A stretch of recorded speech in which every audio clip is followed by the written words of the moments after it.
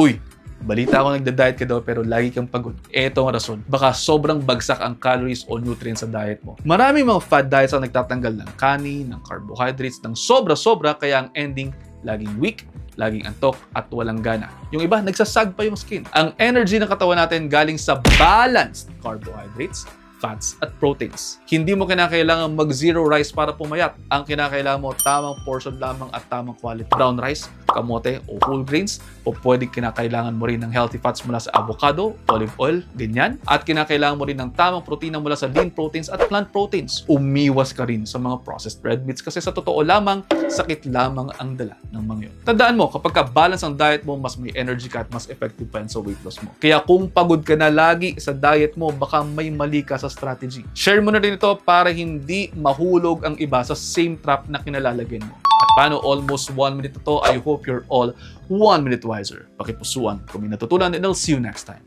Ingat!